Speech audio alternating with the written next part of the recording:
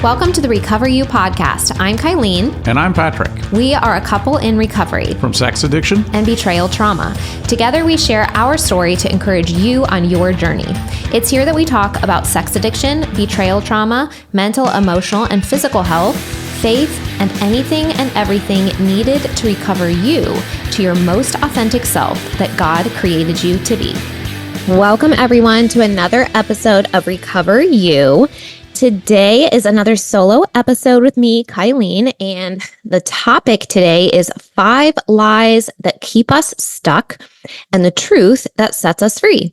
So I actually recorded this episode, a week or two ago at the time of this recording, and I sent it to my editor, and turns out there was no sound. So technology sometimes is helpful and sometimes there is user error. And I'm sure that's what happened on my part. I didn't click a right button or have a right setting. And so we lost the audio. So if you were listening to this episode, it was originally intended to be episode 54. And 54 became the sex within the first year of betrayal episode. And within that episode, if you listened to that, I actually referenced the previous week, which was supposed to be this episode. So if you were listening to that and were a little confused, like, I thought she said she did an episode on lies, or she's referencing this that she talked about last week, and I don't remember her talking about that. You are correct, because we had some tech issues. And so here we are re-recording, and it's a little bit out of order. So I do apologize for any confusion there, but I hope that the information is still good, all in the right timing. So here we go. 5 lies that keep us stuck and the truth that sets you free. Let's start with number 1. The first lie that I want to talk about today is the idea that telling the truth will hurt my spouse more than my secrets. So, we've really kind of taken more of a focus towards this idea in this year, 2024, with our podcast episodes. We're really focusing a lot on the idea of honesty, authenticity, just really deep integrity, right? And we feel that that is just so important to talk about, because without that, what do you have in a relationship? And if you're going to go through this incredibly difficult, painful process of reconciliation, what are you working towards, right? And what's going to actually make a healthy relationship? It's one that has total honesty with each other. You are not holding secrets and withholding information from your partner, and both of you are now able to be seen and valued and loved for who you are. So I want to just full disclosure with this first point. I want to let you know that some of the wording here, some of the ideas within this, some of the way things are phrased are taken directly from another podcast episode from the podcast is called Conversations with Dr. Jennifer, and that episode is Engage in the Process Part 2. So a client of mine sent me this episode, and she had taken really good notes, and she sent me the notes talking about this, and she was like, "Hey, I listened to this episode and it agrees with what you were talking with me about in our coaching session." And so she wanted to send me this episode, and I read her notes, which were excellent notes. And I was like, oh, those are really good points. And then I listened to the episode itself, and I thought there were just some really great perspectives on, why honesty is so important and what it does for the relationship. So within that, some of what you're going to hear in point number 1 is taken from that episode and from some of the ways that they talked about it. So if you listen to that podcast and you're like, hey, I think that I've heard this before, you probably have, and I am not going to take credit for it. So full disclosure there, I just want to make sure that that is totally clear. And some of this may be my perspective on it or reworded a little bit, and some of it may be directly from that episode. So we will actually post the link to that as well in the show notes in case it really resonates with you and you want to listen to the other podcast episode. Okay, so that being said, the number 1 point is the number 1 lie is telling the truth will hurt my spouse more than my secrets. We see this a lot, right? It is a deep belief that the addict can hold that, well, if I tell her a little bit, it's enough for me to kind of feel good about myself that I have told her and to give her information. But if I tell her everything, then she might leave me, or it'll be too traumatizing for her, or, whatever it is. And I'm not talking, just to clarify, I'm not talking about sharing graphic details of behavior. Okay. We've mentioned that a lot in this podcast, that is not helpful. We're not asking you to just go so far that it's like extra trauma that's not necessary, right? But what we are talking about is, how do we live lives of deep integrity and authenticity without holding back from our spouse? And when we've done things that we have lived in secret, and when we have done things that have worked against the relationship, and when we have done things that have hurt our partner, it's very, very important that we tell the full truth and nothing but the truth, because every little lie, every little secret that is still withheld through this process will eventually either come out or destroy the relationship in some way. Women have a great intuition when they think, I'm not being told the full truth, or I'm being told a little bit, but not everything, or there's something that's not right here. And we can really intuitively often kind of know when we're being lied to and manipulated, especially when we've gone through discovery and we are being hyper aware because we feel like the wool has been pulled over our eyes. And so now we're seeking for that authenticity. We're really, really deeply looking for that truth. So it's a huge lie that telling the truth will hurt my spouse more than my secrets.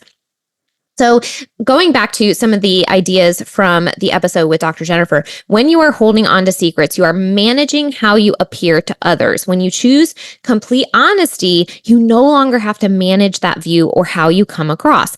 I love that perspective of honesty. We've talked about that in terms of people pleasing before. So people pleasing, we think that it often does come from this place of like, I want to be kind to other people. I want people to like me, or I want to make sure that other people are comfortable, right? But if you sort of like zoom out, what it really is managing. You're managing the situation. Regardless of whether you're trying to manage it for the comfort of yourself or the comfort of others, what you're doing is you're managing and you're trying to manage their response, right? And a lot of times that means that you are not being completely authentic to yourself. And it just, anytime we're not in complete authentic alignment with ourselves and we feel like we have to put a mask on, or we have to put more effort on, or we have to overthink what the other person is thinking about how we're saying something, it is exhausting. And I can say from personal experience, as someone with ADD and massive amounts of trauma and a recovering people pleaser, that overthinking the response of others is absolutely exhausting. And most of the time, it doesn't even have the long-term benefit that we're looking for, right? Like a lot of times we don't need to put that effort into it. And one of the reasons that I think this is so important to think about and talk about is because we think, okay, I'm being a really nice person trying to make this person happy, right? And your heart may very well be in the right place.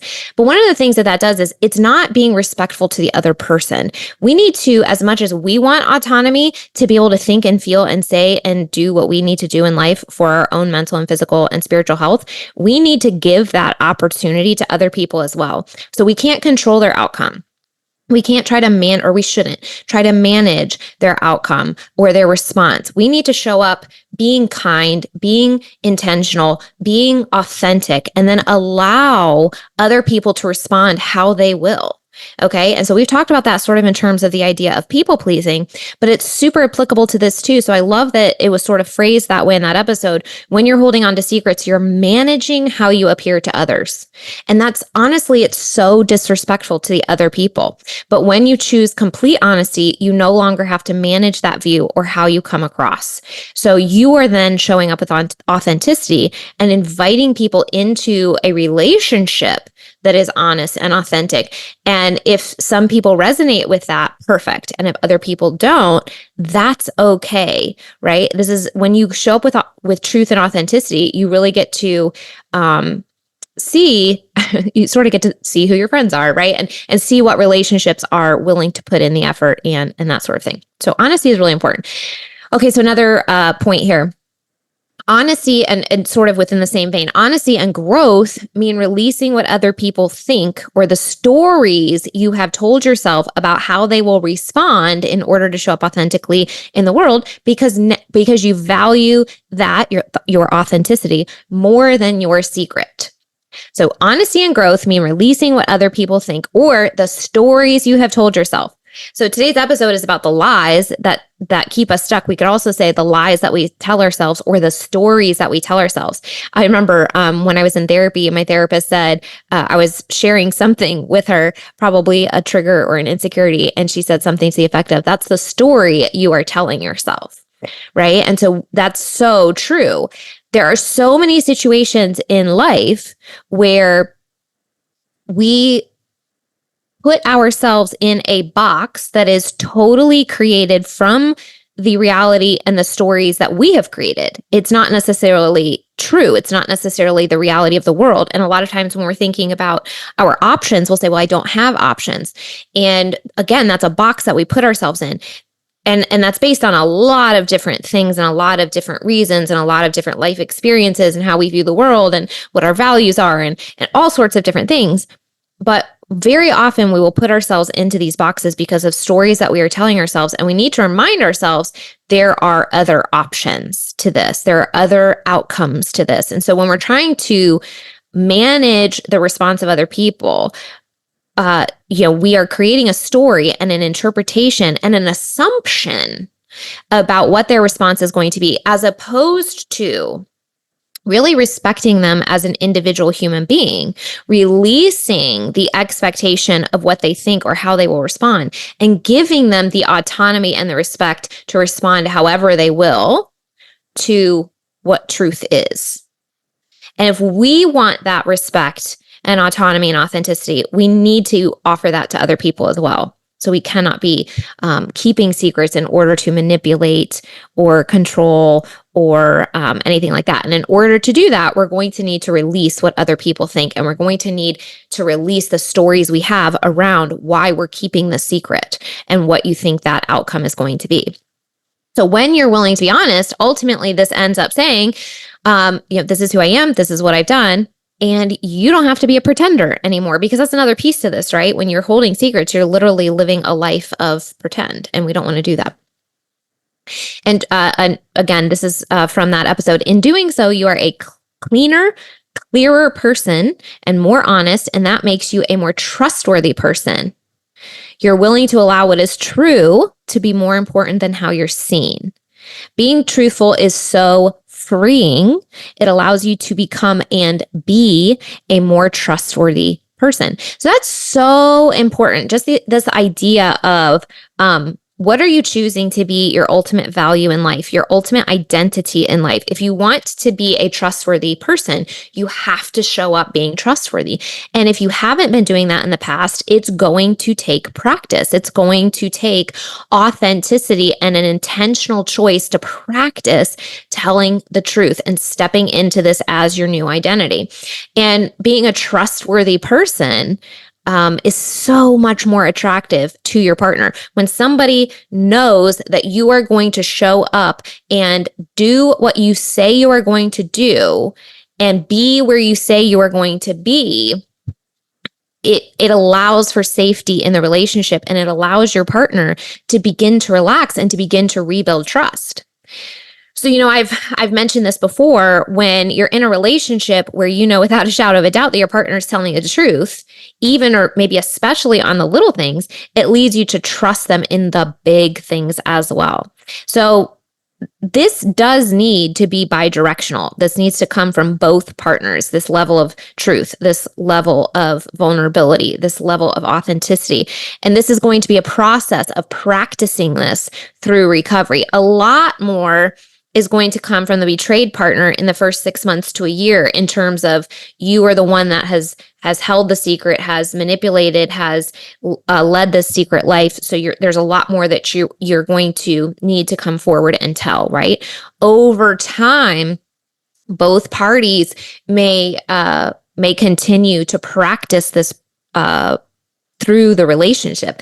And I know that Patrick and I have sort of mentioned this, how yes, a lot of it had to do with him learning how to step into truth and vulnerability fully and to be seen fully and to accept that.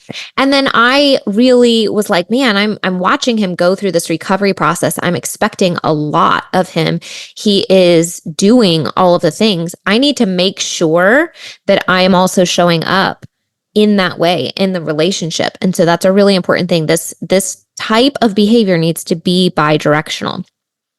We can't continue to commit to any false sense of protecting the other person by using lies to do so. Again, that's a false sense of protection. It's not actually helpful. It's very destructive.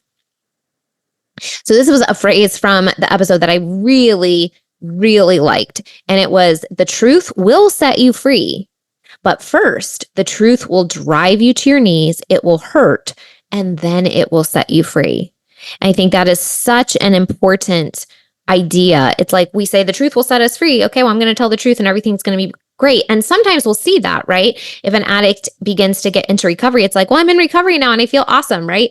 Okay, yes. But this process is going to continue to be painful. You can't just get into sobriety. Now you have to do a lot of self-reflection. Now you have to do a lot of internal work. Now you have to face and feel all of the emotions that have been stuffed. And the reason that's important is because if you want to get to the point of total freedom, total recovery, that's the work that has been bypassed so far.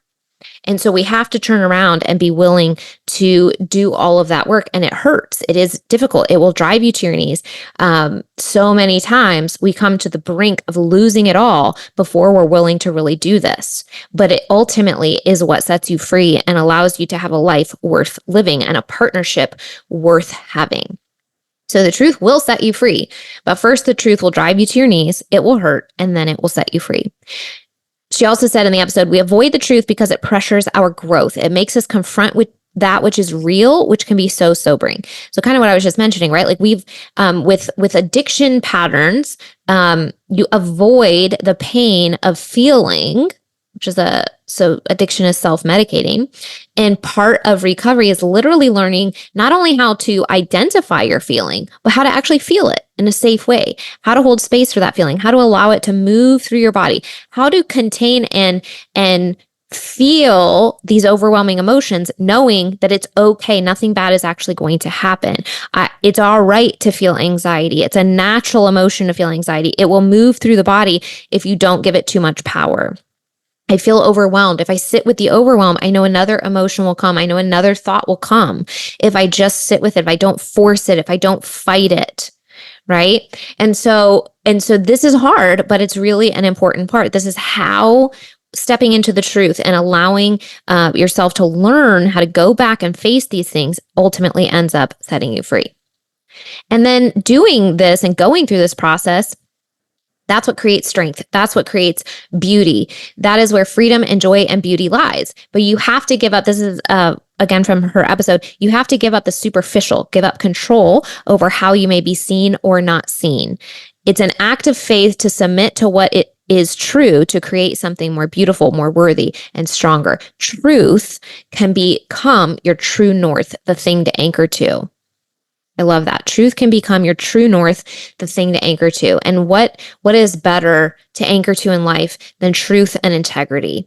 When you self-confront and continuing something she said in the episode, when you self-confront and are really being honest, you will at first feel weak, humble to the core, but that's the place you can grow from.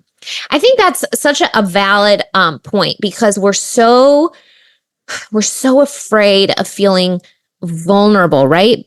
And we associate vulnerability with weakness. But I really think that people who have been hurt in life and are willing to do the work that it takes to open up and be vulnerable again are some of the strongest and most courageous people you'll ever meet. It's so totally not weak to feel your feelings and to allow vulnerability in. I think that takes so much strength. So the lie here is telling the truth will hurt my spouse more than my secrets. And the truth is that telling the truth and living in authenticity is ultimately what sets you free. Okay. Lie number 2. Sex is a need. Oh, This is such a frustrating one to me, because not only does society completely perpetuate this, like, well, you have to have sex, you have to orgasm so much, blah, blah, blah, blah, blah. It's like the definition of a healthy relationship. And just like so much, so there's such a deeply skewed perception of what sex is and the role it plays in our life. And what's so bothersome, I think, a lot about that is that it's also perpetuated in the church, which should be promoting the beautiful, spiritual, emotional connection of this physical act. But instead, because of a lot of the ways that it's communicated, it ends up perpetuating a lot of abusive mentalities around it. And we're going to talk kind of a little bit about that. But number two, sex is a need, is a myth. It is a lie. It is not a need. Needs are things like breathing, like water, like food, air, water, food, shelter, clothing. Those are needs. So sex being a need is it's an idea that has been perpetuated throughout history, that is latched on so hard that people just assume that it's a fact. And when we embody sex being a need, it allows for so many abusive beliefs to come out of that primary belief. Because if it's a need, then you have the right, essentially, to get it, right? And you have a lot of people that will power over, or you will have women on the betrayed side or the wife side that feel like it's their obligation, because usually it's clarified that sex is a need for men, but it's not a need for women, right?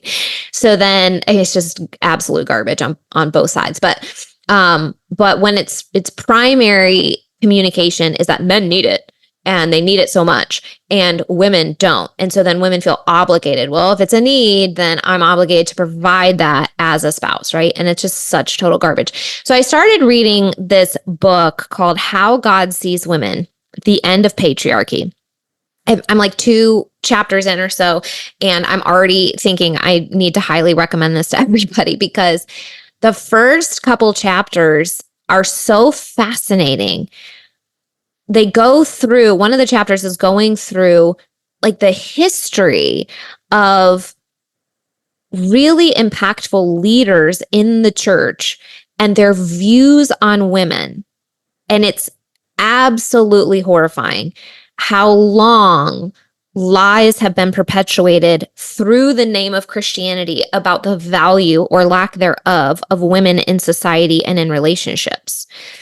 And how many of the brilliant theologians that have dramatically impacted the Christian church, how so many of them, all the way back, like I think the earliest quote he included was from like AD 127. So it was like insanely early in the Christian church, talking about women in a negative context, in a negative way, and devaluing them. And one of the things that he mentions in the book is that this idea of men and women actually being equal is a fairly recent idea. Now, the Bible clearly talks about their equality, and both human beings, male and female, being created in the image of God. There is equality demonstrated from the beginning of time. But humans have really skewed it. And the idea of women actually holding equality with men is a fairly recent idea in church culture, in the way that they've talked about it, like as early as, or as recent as the 1960s. And before that, it was like, no, they really are separate. And there's some quotes in there that are, I mean, really horrifying, really shocking. It's, to the point that it's just really demeaning of the value of women. And so it's fairly recent that there has been this idea of equality, but even within that, a lot of the church cultures say, okay, they're equal, but, right? There's always a but, okay? And they still give men more authority, more leadership, more control over the woman, right? So it's not true equality. Okay, so anyway, I highly recommend, if hierarchy in the Christian relationship, if men being leaders in the home, if this type of content is interesting to you and how women are viewed in the church and how they should be viewed and how they are equal is of interest to you, check out this book, How God Sees Women. It's already fascinating read. So anyway, but because the reason I'm bringing this up is because when you have a history of women being less than, and it is accepted in society, but then it's also promoted in the church that this is just how it is, that women are not as important as men, then you're not going to value them as much. And so then it leads into this very, very easily, you can get into abusive mentalities where the man is in control and the woman has to submit, and man needs sex and woman doesn't. So she just has to give it to him. And it's really degrading and disempowering. It's unloving. It's cruel. It's abusive. So what sex is, if it's not a need, it's a desire, and it can be a healthy desire. But again, over time in history, it's been twisted. It's been used in a negative way. It's used to power over, to control, to self-serve, instead of what it was designed to be, a beautiful thing of physical, emotional, and spiritual connection that's born from a healthy relationship. So one of the things that the church will talk about is the 72-hour rule. And I don't know if they really do the same, where I think some of the Christian marriage books have talked about this, and you probably read some of these in like the 80s, 90s, maybe early 2000s, and they would kind of promote this ideology that a man has to orgasm every 72 hours. So if you're married to him, guess what your job is, in sickness or in health, in rain or shine, if you have a headache, if you're on your period, you've got to figure out how to serve your husband. And it's such a disgusting thought, but it's very pervasive in the church community, or at least was at some point, and has been included in a lot of quote unquote Christian marriage relational books. And so there's no basis for this theory whatsoever. None. It's just garbage that has been spewed. But when they kind of looked into it and they're like, well, where in the world did this come from? There's science behind the idea that the sperm restores itself within 20 or 72 hours. It's like fully returned back after ejaculation after about 72 hours. But there's nothing after that. It's not like you're going to die if you don't have another organism and all this kind of stuff, right? And so this idea that, well, I have to self-serve by having an orgasm every 3 days, and if I'm married, it's my partner's job to provide this for me. It's so incredibly abusive. And I mean, you have to take it when you hear these things, you have to take them all the way through to the logical conclusion, right? So like, what if someone gets sick? What if they're injured? What if they physically can't have sex? What if somebody is in a car accident and, they are in a coma? Like, what happens to the quote unquote need then, right? Is somebody just supposed to cheat and find somebody to serve them because this is a life need that they have and their partner isn't available, right? Is porn okay then because you guys aren't having sex frequently enough? It's so horrible. It's just a terrible thing. But you see this actually, when people believe this, it is applied that way. So you'll see women that have just given birth that are pressured into some sexual act with their husband shortly after. If they can't have intercourse, well, they better do something else. And it's just incredibly disrespectful. If sex was a need, we would not have things like monks and nuns, right? That have committed to chastity. If sex was a need, monks and nuns would not exist because they would just die from lack of orgasm. And then you also have to take it to the extent of, what are values, what are virtues in life, right? You have things like self-control is a virtue, right? Patience is a virtue. What about consent, right? Having a partner that is completely invested and wants to be there. If someone says, okay, I'll do it because they think that you're going to cheat on them, or they think that if I don't do it, I'm a bad wife, that's not consent. I just want to make that very clear. Okay. That's being coerced. That's not consent. Consent is, I want to do this. You want to do this. We want to do this together. And I know that I can say no at any time. Okay. Self-control, consent, mutuality in relationships. So the idea that sex is a need and must be served goes against truth. So the lie is that sex is a need, but truth is that sex is a healthy desire when met in the healthy context of a healthy relationship. Lie number 3, if I've forgiven or committed towards reconciliation, it means we can't talk about it anymore.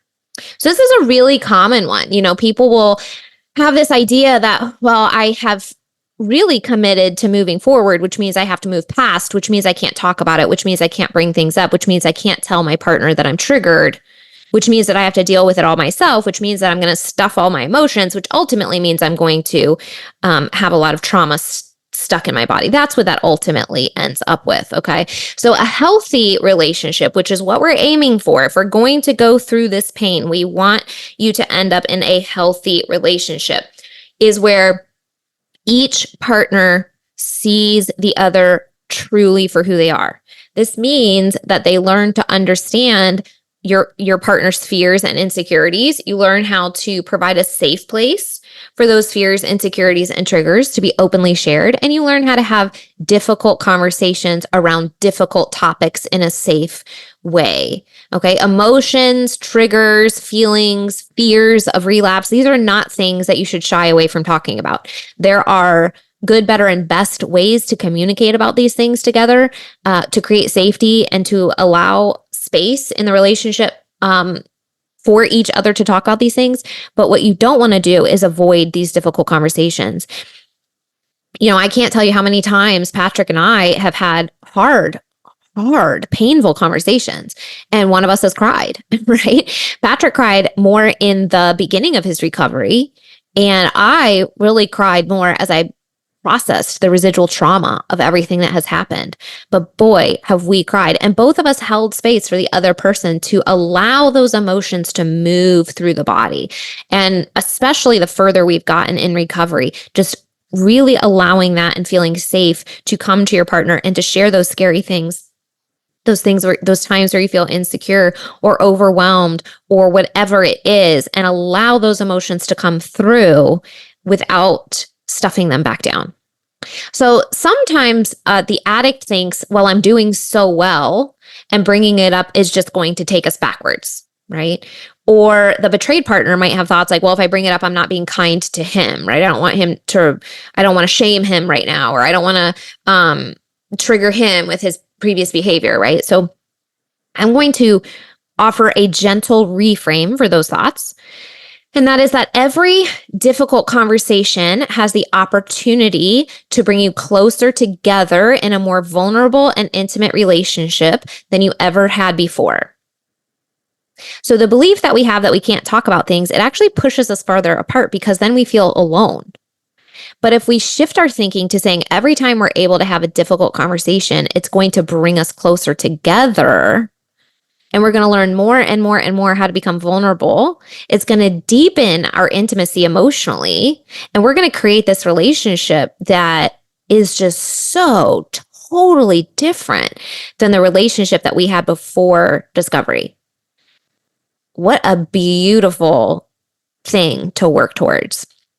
And so one of the perspectives that I share is anytime there are still topics off the table, or you feel like you have to walk on eggshells, that is the area, that is the topic in your relationship that should be addressed. It should be talked about. If you still feel nervous about talking about something, bring it up. Have a safe conversation about it. Learn how to talk about it together. If you are not sure if you should talk about something with your partner, bring it to your partner and say, I'm insecure about talking about this. I think we need to talk about this. The hard things are the exact things that need to be talked about. So number 3, if I've forgiven or committed towards reconciliation, it means we can't talk about it anymore. The truth that's going to counteract that is forgiveness frees you from bitterness, but it does not release the betrayer from responsibility, and it doesn't eliminate the need for ongoing conversations and relational growth.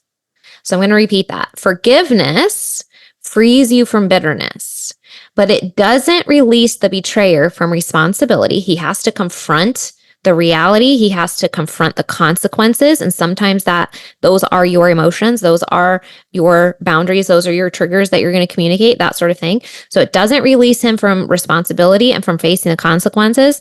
And forgiveness doesn't eliminate the need for you to mutually have ongoing conversations and relational growth. And sometimes even people will go, I don't even know like how to bring it up. Can I ask about his sobriety? Heck yes, you can. That should be a regular conversation, daily, weekly, whatever works for you guys, but check-ins regularly. Like if there's something you feel uncomfortable about, if you're like, well, I just don't know how he's doing in therapy. Well, I just don't know how he's doing in sobriety. Well, I don't think I can ask him about his porn use recently. Yes, you can. And you should. Okay. These are the things that secrets should not be had.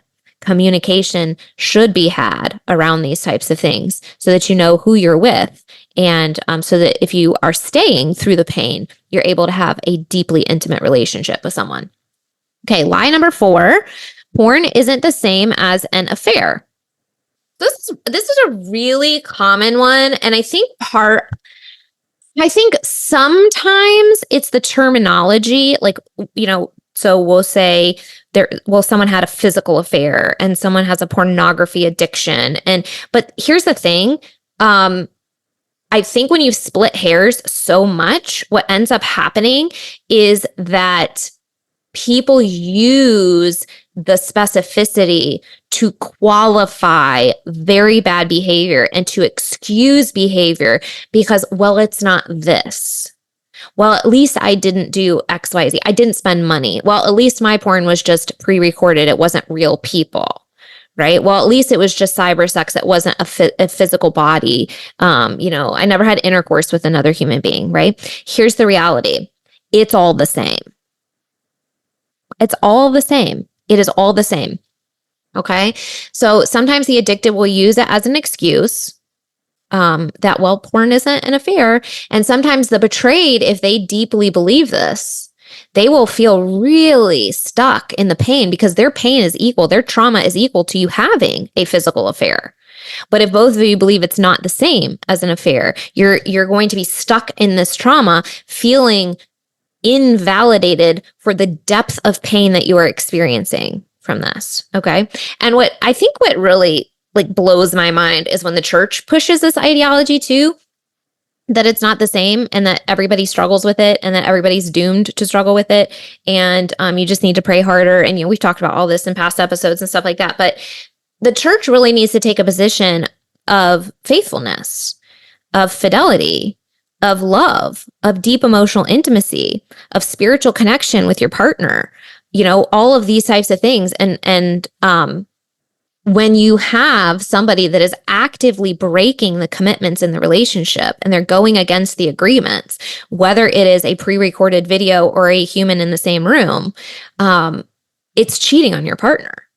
So there's a couple things here. Trauma is trauma to your partner. So if a betrayed spouse views this as traumatic, it is traumatic. One of the things that happens with betrayed partners or anyone really who experiences trauma is sometimes we almost have imposter syndrome with how hurt we feel because we almost want to qualify, well, I didn't go to war or I didn't have this experience or I wasn't raped or, whatever it is that we think, our preconceived notions of trauma are. And usually they're really extreme scenarios, right? The reality is trauma to you. How you perceive it is the reality to your nervous system. And so it's based on your interpretation. So women who feel betrayed by pornography use experience the exact same trauma as someone whose husband had an affair or slept with prostitutes. Okay, so that's a really, really important thing to recognize that you may qualify it in your mind, but if someone else views it as the same, their trauma is going to be the same. So whether or not the behaviors are equal in consequence. So for example, I didn't sleep with someone, so I don't have an STD. They are equal in offense. So even if the behavior is not equal in consequence, sometimes physical consequences or sometimes marital consequences, right? Sometimes there is a difference in consequence if someone was a porn addict versus they were sleeping with prostitutes, right? So sometimes there are physical consequences and sometimes there are relational consequences that might be different, but they are still equal in offense. They are still cheating on your partner. They are still disrespecting your partner. They are still lying. They are still living a secret life. They are still going against the agreements you have with your partner. And so all of those are equal. And so qualifying doesn't do anyone any benefit in these situations.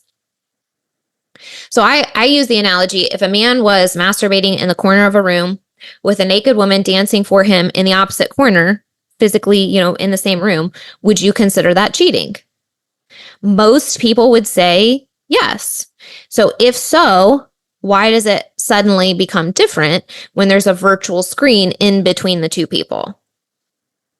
It's a really important consideration is that, again, that qualifying, we want to somehow separate all of these things, and they're not separate. They are the same. Here's how a partner feels when you choose to look at someone else sexually. They feel devalued, not good enough, unloved, disrespected, and often humiliated.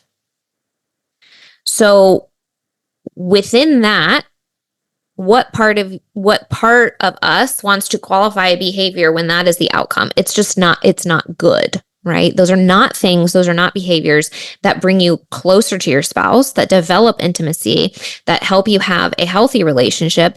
They are not behaviors that help you improve your sex life with your spouse. None of those things. So the lie number 4 is that porn isn't the same as an affair. It certainly has a lot of the same impacts. The truth is that if you have mutually agreed to a monogamous relationship and pornography does not fit within your spiritual, moral, ethical, or personal belief systems, it is cheating. And again, trauma is trauma to the person experiencing it. So you may believe something totally different, and it might not be a trauma for you. If it is for them, it is for them. Okay? All right. The 5th lie today. Sex is how I connect with my partner, or maybe even the best way or the only way that I connect with my partner, right? So sometimes the addict might feel or think that they need sex to feel connected, or we've mentioned this in some other episodes, to help with their sobriety. So what we want to be very careful with is that when you are thinking about sex, you are not using your partner as an object for sexual release. They are a human being that is in a partnership with you, that has emotions and has value and has worth, both directions. Okay. So they are so much more than an object to have an orgasm inside of. It's very, very, very, very, very, very important. So we want to make sure that we are not misconstruing the feelings that you have from having sex with your partner with intimacy and with true connection. So if you are having sex with your partner and you're like, oh, that's the only time I feel connected to them, what you are probably experiencing is actually the flood of chemicals and dopamine and the connection hormones that come from orgasming with another human being and looking at your partner in that process. And so in a sense, yes, you do feel connected, but if it's only coming from orgasm, then that is not real connection. So the betrayed partner, and I was mentioning this earlier, sometimes the betrayed partner might feel obligated in some sense to have sex to prevent relapse, or again, to feel connected, right? When we have been betrayed, what do we want? We want to feel beautiful. We want to feel wanted. Here's the kicker though. If you are not feeling that outside of physically having intercourse with your partner, there's a problem. If sex is the primary way you feel connected, there is a deep disconnect in the relationship. I'm going to say that again. If sex is the primary way you feel connected to your partner, there is a deep disconnect in the relationship. So it should not be the only way you feel connected to your partner. You should have a friendship with them. You should feel, the more you have vulnerable conversations, you should feel more emotionally connected to them. If sex is the only tool, the only resource, the only activity or engagement together where you feel connected or loved by your partner, that is a reflection of really a lot of lack of health in the rest of the relationship. And I would say actually, if that's happening, then it's lack of health in the sexual relationship as well, because then sex is being used as a tool for connection when it should actually be the result of connection in other areas. Okay, so that's a really important, I think, distinction. So it absolutely can and should be part of connection in a healthy relationship when there is safety and vulnerability, when you have a friendship with your partner, when you feel totally safe to have difficult conversations, when there's nothing left on the table that you're wondering about, that you feel confident that they love you, they value you, they respect you, they offer empathy to you. They are a safe person for you to come and share all of your thoughts and feelings, the good, the bad, the in between, the fears about relapse. How are you doing in therapy? How are you doing in group? And again, this goes both directions, right? I'm feeling as the betrayed partner, I'm feeling really insecure today, and allowing your addicted partner to come in and offer empathy and take responsibility for that and say, I'm sorry, I love you, I'm sober right now. How can I be here for you? How can I support you in this moment? And the same thing for the addicted partner, being able to come to the betrayed partner and say, I'm feeling really sad today. And, I don't really understand what's happening. And I didn't used to have these emotions, and being willing to hold space for that and remind them, hey, did you talk to your group about this? You need to have an extra therapy session, or, maybe they've already done that. Maybe they've already tapped into their community and they just want to communicate to you so that you're in the loop.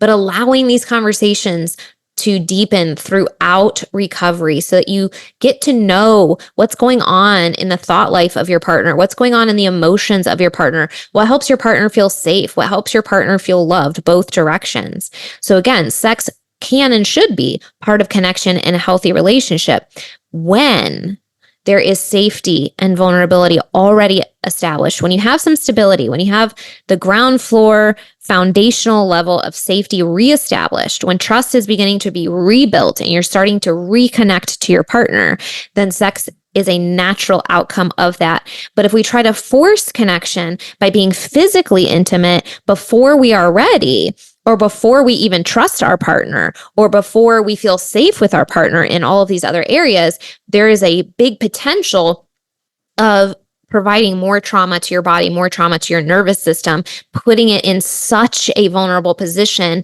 where you cannot be emotionally vulnerable with that person. So those are some things to think about there. So sex, if it is the primary way you feel connected, there is a deep disconnect in the relationship.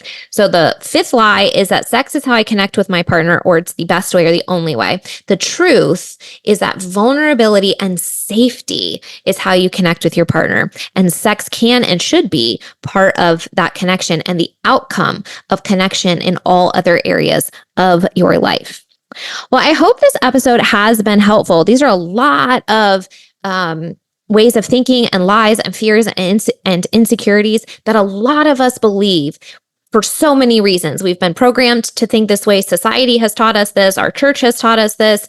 Whatever reason, it doesn't matter. I want to empower you today that there is a better way. And I want to empower both of you in the relationship or individually, if you are listening alone, to live a life that is true, that is full of authenticity, and that is in total, complete alignment with who you are and your values and your belief systems, and encouraging you not to compromise on that. But there is something very, very beautiful to work towards. And if you are reconciling, there is a lot of value to going through this process. As painful as it may be and as difficult as it may be, but deepening these conversations and deepening this intimacy over time is so, so worth it if that's the route you choose to go. I hope this was helpful, and I will see you next week. Woohoo! If you're listening to this, it means you've made it through an entire episode. Part of recovery is spending time engaging in healing and self-growth activities. We are thankful that you chose our podcast to be one of those activities today. Make sure you reward yourself for that accomplishment. If you've enjoyed this episode or this podcast, we would love to hear from you. Please take just a few moments to leave a rating and review, letting us know your experience with Recover You. We not only love hearing how these episodes are helpful, but ratings and reviews help others just like you who are searching for recovery information and support find the podcast too. We can't wait to hear from you. See you next week.